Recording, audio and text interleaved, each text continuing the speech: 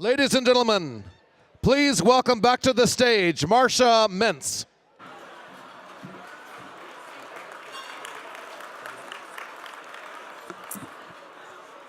Thank you.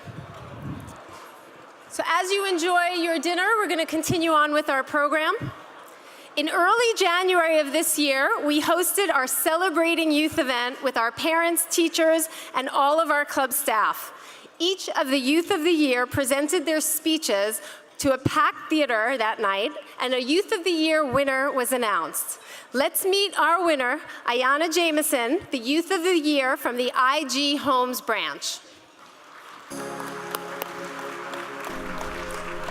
I started going to the Boys and Girls Club at the age of 9 because my dad wanted me to develop the ability to communicate with people from every walk of life. I started at the Gable branch but then moved to IG Homes where I found my forever home, in the neighborhood that my granny lived in the neighborhood my dad grew up in, at the Boys and Girls Club he went to back in the day. Throughout my time at the club, I learned where my passions lied and how to do them without restriction. I challenged myself with different art forms when I could find a moment to spare at my club. I was constantly encouraged by my teen staff, Louisa, to pursue my dream of becoming a recording artist. She would ask me to sing at every holiday party and at every talent show put on by the Boys and Girls Club. Going to the club opened doors to hobbies that I never thought I would enjoy, like coaching or spending time with younger kids. But now that I'm older and I'm about to graduate high school, I know where my forever home is and where it will always be.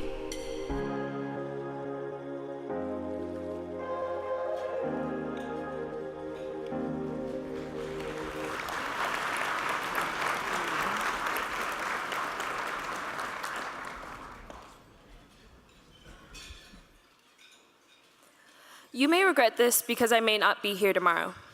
My great-grandmother, who said this often, is not here today. Unfortunately, in August of last year, she passed away.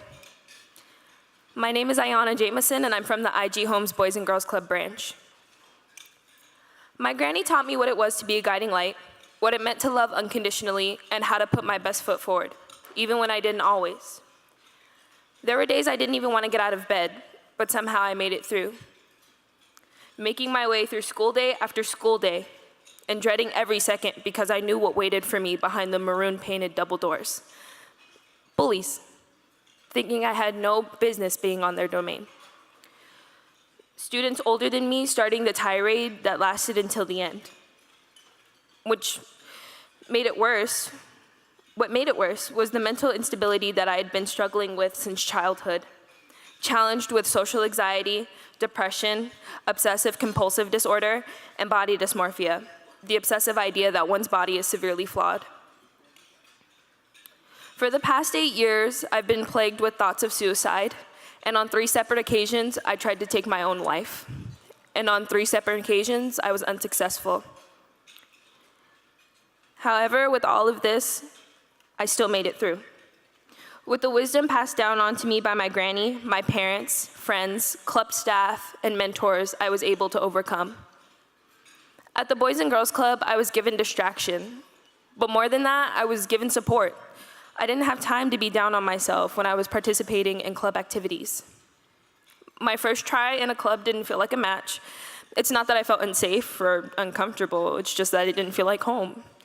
So I ended up moving to a different club. Coincidentally, that club was the club that my dad went to back in the day, and it was the one right around the corner from my granny's house. So I could go there and spend as much time as I wanted and then walk down the street and spend time with her. By watching my granny the last 17 years, I saw her impact her community and change the lives around her. I wanted to do the same by giving guidance to others. Because of my desire to bring light and dependability into people's lives, I became more involved with my church, my school, and my club. I wanted to inspire others with my words of body positivity and education on mental health. In my church, I worked with the children while their parents listened to the sermon. My granny was a godly woman, and to her, God was the answer to everything. She passed that down to my sister and me, having us go to church every Wednesday before school to help pass out food boxes to the homeless. In my club, I was given the opportunity to coach the volleyball and basketball teams.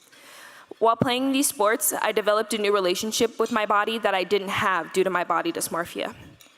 I put forth my best efforts to create a safe space internally for myself, connecting to the connecting to even the ugliest parts.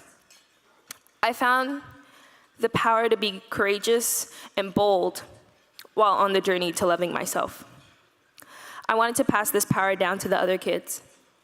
Throughout my time with them, I realized I enjoy working with children, and now plan on making that a part of what I do in my future. The Boys and Girls Club embodies some of the values that my granny had. In my case, the club wasn't just a place to go after school. It was a home away from home. While playing sports played a huge role in my time at the club, I also found my genuine love for the art. My teen staff at the time, Louisa, encouraged me to constantly perform whenever given the opportunity. This propelled me down my path to stardom. The environment I immerse myself in now encourages art as a lifestyle. I learned to channel my emotions through my art. I express myself through words on a page and a song from my heart. I wanted to gift this feeling to the other kids, so I invite middle schoolers to shadow me through my day to show them that art can become their lives, making them feel more at home in their own skin. P.T. Burnham once said the noblest art is that of making others happy, and I plan on living with that in mind for the rest of my life.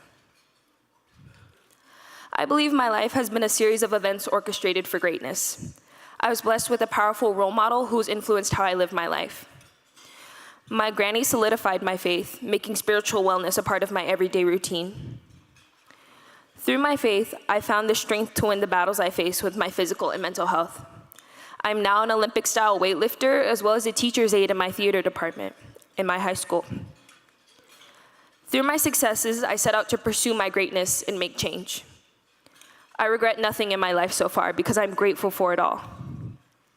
And though my granny could not be here today, I know she will continue guiding me through as I venture forward on my journey to greatness.